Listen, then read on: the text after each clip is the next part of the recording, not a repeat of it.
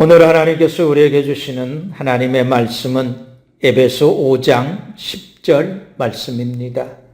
하나님을 기쁘게 해드리자라는 말씀으로 함께 은혜를 나누겠습니다. 하나님의 말씀 우리 같이 읽겠습니다. 주를 기쁘시게 할 것이 무엇인가 시험하여 보라. 아멘. 항상 기뻐하라. 쉬지 말고 기도하라. 범사에 감사하라는 말씀이 성도들의 신앙생활과 삶을 강하게 붙들고 있습니다.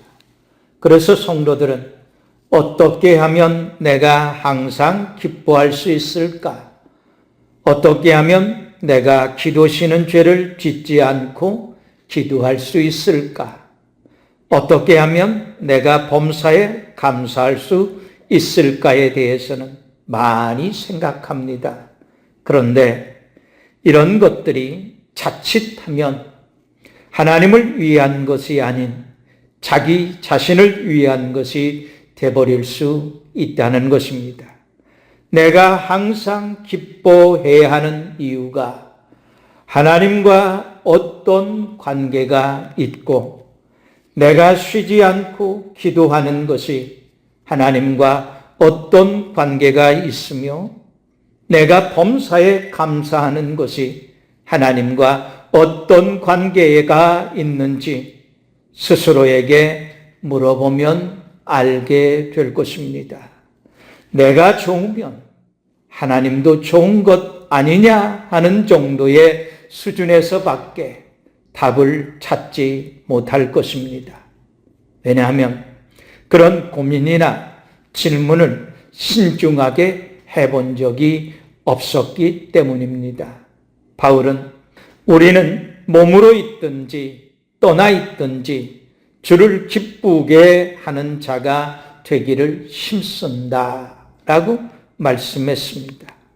그리고 성도들에게 주께 합당하게 행하여 범사에 하나님을 기쁘시게 하라 말씀하면서 하나님을 기쁘시게 하는 일이 무엇인지 여러분들은 부지런히 찾아보십시오 라고 말씀했다는 것입니다.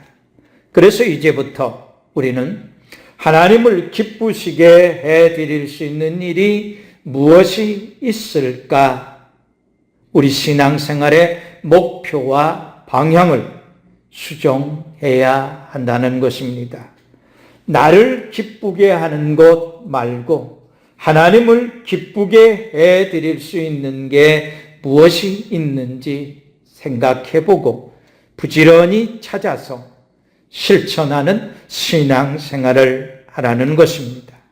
첫 번째는 하나님을 기쁘게 해드릴 수 있는 것은 하나님의 자녀라는 믿음과 확신을 가지고 당당하게 살아가는 것입니다.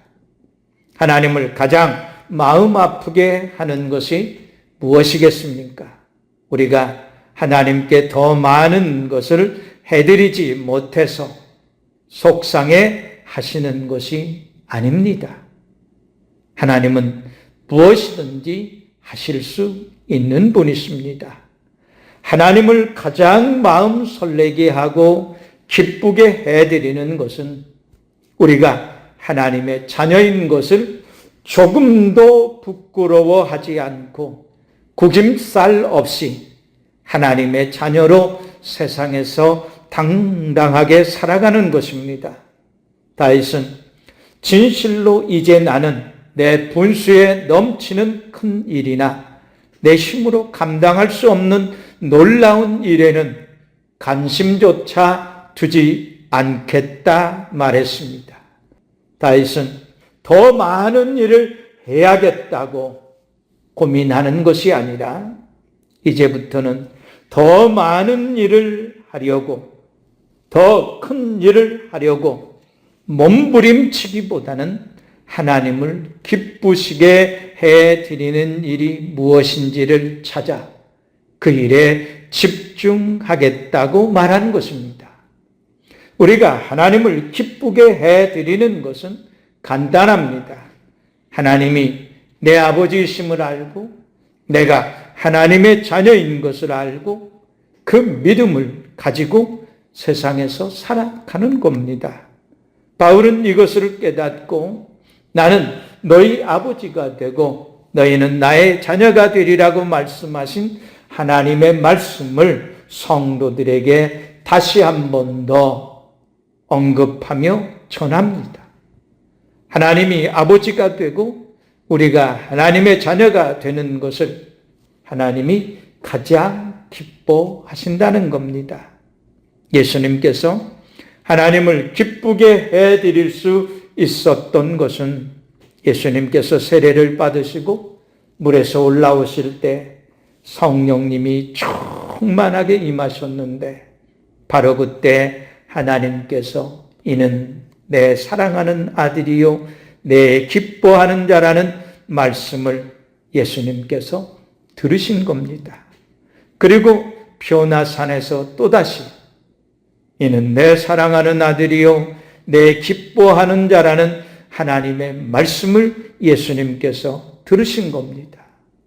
그래서 예수님은 하나님의 아들로서 당당하게 사셨습니다. 많은 사람들이 예수님을 하나님의 아들이라 했고 베드로와 제자들도 예수님을 하나님의 아들이라 했습니다. 반면에 마귀와 마귀 편에 서 있는 사람들은 예수님이 하나님의 아들이신 것을 어떻게든 부인하게 해보려고 흔들어 보았지만 예수님은 끄떡도 하지 않았습니다. 예수님은 하나님이 아버지이심을 한 번도 의심한 일이 없습니다. 늘 하나님을 아버지라 부르셨습니다. 그리고 자신이 반드시 아버지께로 갈 것을 말씀하셨습니다. 그래서 하나님께서 예수님으로 인하여 너무너무 기뻐하시고 즐거워하셨던 것입니다. 예수님께서 세상에 오셔서 하신 일이 무엇입니까? 우리를 하나님의 자녀로 거듭나게 하시고 하나님의 자녀인 것을 우리로 알게 하신 겁니다. 예수님께서 영접하는 자, 곧 그 이름을 믿는 자들에게는 하나님의 자녀가 되는 권세를 주셨다 말씀했습니다.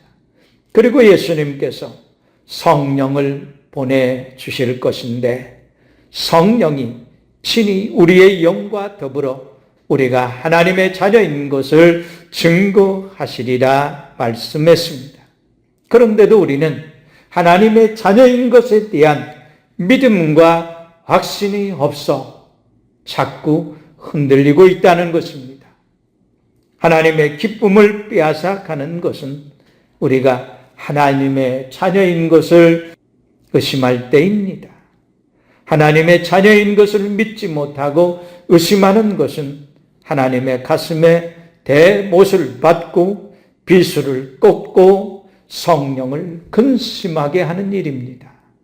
하나님께서 그리스도 예수 안에서 우리를 하나님의 아들이 되게 하신 것을 의심 없이 확신하고 믿을 때에 하나님이 내 아버지이시며 내가 하나님의 자녀인 것을 믿을 때에 하나님은 가장 기뻐하시고 기뻐하시며 기쁨을 이기지 못하여 하셨다 말씀합니다. 하나님의 자녀인 것을 믿음으로 당당하게 세상을 살아감으로써 하나님을 기쁘게 해드리는 우리 성도님들이 되시기를 간절히 축원합니다. 두 번째는 하나님을 기쁘게 해드릴 수 있는 것은 하나님이 기뻐하시는 일을 행하는 것입니다. 예수님은 하나님이 기뻐하시는 일만 하셨습니다. 예수님은 내가 하늘에서 온 것은 내 뜻을 행하려 함이 아니요 나를 보내신 이의 뜻을 행하려 함이라 말씀했습니다. 심지어 예수님은 나의 양식은 나를 보내신 이의 뜻을 행하며 그의 일을 온전히 이루는 것이라 말씀하셨습니다. 아버지의 뜻이 무엇입니까? 아버지가 기뻐하는 일입니다. 예수님은 그것을 아셨기에 하나님의 뜻, 아버지가 기뻐하시는 일이 무엇인가를 늘 생각하시면서 그 일을 행하셨다는 것입니다. 그러셨기에 하나님께서 이는 내 사랑하는 아들이요 내 기뻐하는 자라 하셨고, 예수님 자신도 내가 항상 하나님이 기뻐하시는 일을 행함으로 하나님께서 나를 혼자 두지 아니하셨다 말씀하신 것입니다. 우리가 하나님이 기뻐하시는 일을 행하고자 한다면 그 일이 하나님으로부터 온 것인지, 하나님께서 그 말씀을 하신 것인지 그것부터 분별해야 한다는 것입니다. 무조건 좋아서 하면 안 됩니다. 우리의 기준이 하나님을 기쁘게 해드리는 것인가 하는 것보다 얼마나 더 좋은 것이냐, 얼마나 사람들을, 우리를 유익하게 하는 것이냐를 먼저 따지는 습성이 있습니다. 반대가 된 것입니다. 거꾸로 된 것입니다. 성도들이 정말로 하나님을 기쁘게 해드리고 싶다면 하나님을 기쁘게 하는 것인지 사람을 기쁘게 하는 것인지 그 기준부터 확실히 해야 한다는 것입니다. 바울은 이제 내가 사람들에게 좋게 하랴, 하나님께 좋게 하랴, 사람들에게 기쁨을 구하랴, 내가 지금까지 사람들의 기쁨을 구하였다면 그리스도의 종이 아니다 라고 말씀했습니다.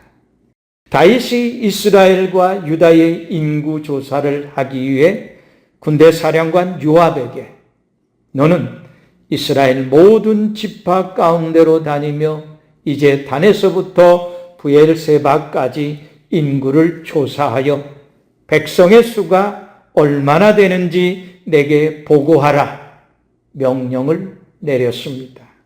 그러자 요압이 왕의 하나님 여호와께서 왕에게 100배나 더 많은 백성을 주시기를 바랍니다. 그리고 그런 일이 일어날 때까지 왕께서 살아계시기를 바랍니다. 하지만 왕께서는 어찌하여 하나님께서 기뻐하지 아니하시는 이런 일을 하려고 하십니까? 라고 반대 의견을 냈습니다. 그러나 다윗은 요압의 말을 묵살하고 인구조사를 강행했습니다. 하나님이 기뻐하지 않는 일을 했다는 것입니다. 인구조사가 끝난 다음에 다윗은 하나님께서 기뻐하시지 않는 큰 죄인 것을 깨닫고 회개했지만 그 일로 인하여서 전염병으로 7,000명이나 죽었다는 것입니다. 예수님은 하나님을 기쁘게 해드리기 위해 십자가에 못 박혀 죽기까지 기꺼이 하나님이 기뻐하시는 순종을 하셨습니다. 마귀는 자기가 동원할 수 있는 모든 수단과 방법을 다 동원해서 예수님께서 하나님을 기쁘게 해드리는 일을 하지 못하게 방해하려고 했지만 결국은 실패했습니다. 예수님은 죄가 하나도 없으셨음에도 불구하고 하나님을 기쁘게 해드리기 위해 죄인이 되어 십자가에 못 박혀 죽으신 겁니다. 우리는 그 은혜로 말미암아 영생을 얻고 구원함을 받았습니다. 그러므로 하나님을 기쁘게 해드리는 일을 행하는 성도들이 되시기를 간절히 축원합니다. 세 번째는 하나님을 기쁘게 해드릴 수 있는 것은 자기 몸을 하나님이 기뻐하시는 거룩한 산 제물로 드리는 것입니다. 바울은 형제들아 내가 하나님의 모든 자비하심으로 너희를 권하노니 너희 몸을 하나님이 기뻐하시는 거룩한 산 제물로 드리라 말씀했습니다. 우리의 몸을 산 제물로 드리라는 것은 하나님을 기쁘게 해드리는 삶을 몸으로 행하라는 것입니다. 생각이나 말에서 끝나는 것이 아니라 몸으로 행하는 데까지 나아가는 살아있는 삶을 살라는 것입니다. 야고보는 그런 삶을 이렇게 설명합니다. 믿음이 그의 행함과 함께 일하고 행함으로 믿음이 온전하게 되었다 말씀했습니다. 믿음이 행함과 함께 일한다는 것은 하나님의 말씀을 듣기만 하는 것이 아니라 말씀을 듣고 실제로 그 말씀을 쫓아 행하는 데까지 나아간다는 것입니다. 성경은 그 어디에도 말씀을 열심히 들어라, 말씀을 열심히 읽어라, 그리고 끝나지 않습니다. 반드시 하나님의 말씀은 그 말씀을 행하는 데까지 나아가라 말씀합니다. 하나님의 말씀을 몰라서 행하지 않은 성도들보다는 하나님의 말씀을 알면서도 행하지 않는 성도들이 부지기수라는 겁니다. 그들은 하나님을 기쁘게 해드리는 삶을 사는 산 제물이 될 수가 없습니다. 또한 행함으로 믿음이 온전하게 된다는 것은 알고 있는 하나님의 말씀을 삶 속에서 행할 때 그 믿음이 온전해지고 살아있는 참 믿음이 된다는 것입니다. 참 믿음을 가진 자라야 하나님을 기쁘게 해드리는 산 제물이 되는 삶을 살 수 있다는 것입니다. 바리새인과 서기관들이 하나님의 말씀을 몰라서 책망받았습니까? 그들은 누구보다 하나님의 말씀을 잘 알고 있었고 하나님의 말씀으로 많은 사람들을 가르치던 사람들이었습니다. 그러나 그들은 그 말씀을 행하지 않았기 때문에 책망받은 것입니다. 예수님께서 바리새인과 서기관들이 말하는 바는 행하고 지키되 그들이 하는 행위는 본받지 말라. 그들은 말만 하고 행하지 아니한다 말씀하셨습니다. 오늘 우리가 그와 같다는 겁니다. 하나님의 말씀을 줄기차게 말하면서도 정작 그 말씀을 내가 지켜 행하지 않고 있더라는 것입니다. 행함이 없는 죽은 믿음, 죽은 삶으로는 하나님을 기쁘시게 할 수 없다는 사실입니다. 그래서 바울은 구체적으로 하나님을 기쁘게 해드리는 삶에 대해서 말씀합니다. 예수로 말미암아 항상 찬송의 제사를 하나님께 드리자. 이는 그 이름을 증언하는 입술의 열매라 말씀했습니다. 우리의 기준에서 보면 바울이 예수님을 만나기 전에는 부족함이 없는 풍족한 삶을 살았습니다. 그러나 부활하신 예수님을 만나고 난 다음에 그가 지금까지 누려왔던 모든 것들을 배설물로 여기고 버린 후에는 바울의 삶이 현실적으로 하나님께 감사하며 찬양하며 살 수 있는 넉넉한 형편이 아니었다는 것입니다. 그런 바울이 항상 하나님께 감사하며 찬양의 제사를 드렸다는 것입니다. 그렇게 하는 것이 하나님의 이름을 높이고 우리의 신앙을 고백하는 입술의 열매라 바울은 우리에게 말씀합니다. 바울은 말만 한 것이 아니라 실제로 그의 삶을 통해서 본을 보여주었습니다. 그러니까 바울은 내가 예수 그리스도를 본받는 자 된 것 같이 너희는 내가 예수를 본받는 것처럼 나를 본받으십시오 라고 성도들에게 당당하게 권면할 수 있었던 것입니다. 바울과 실라가 빌립보에서 복음을 전하다가 귀신 들려 점치는 요정이 바울을 날마다 뒤따라다니면서 지극히 높은 하나님의 종으로서 구원의 길을 전하는 자라 전도에 여간 방해를 주는 것이 아니었습니다. 그래서 바울이 그 여종 속에 있는 귀신을 내쫓아 주었습니다.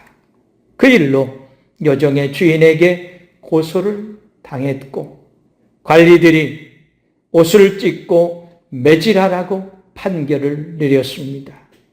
그래서 바울과 실라가 많은 매질을 당하고 발에 서교랑을 채우고 감옥에 갇히게 되었습니다.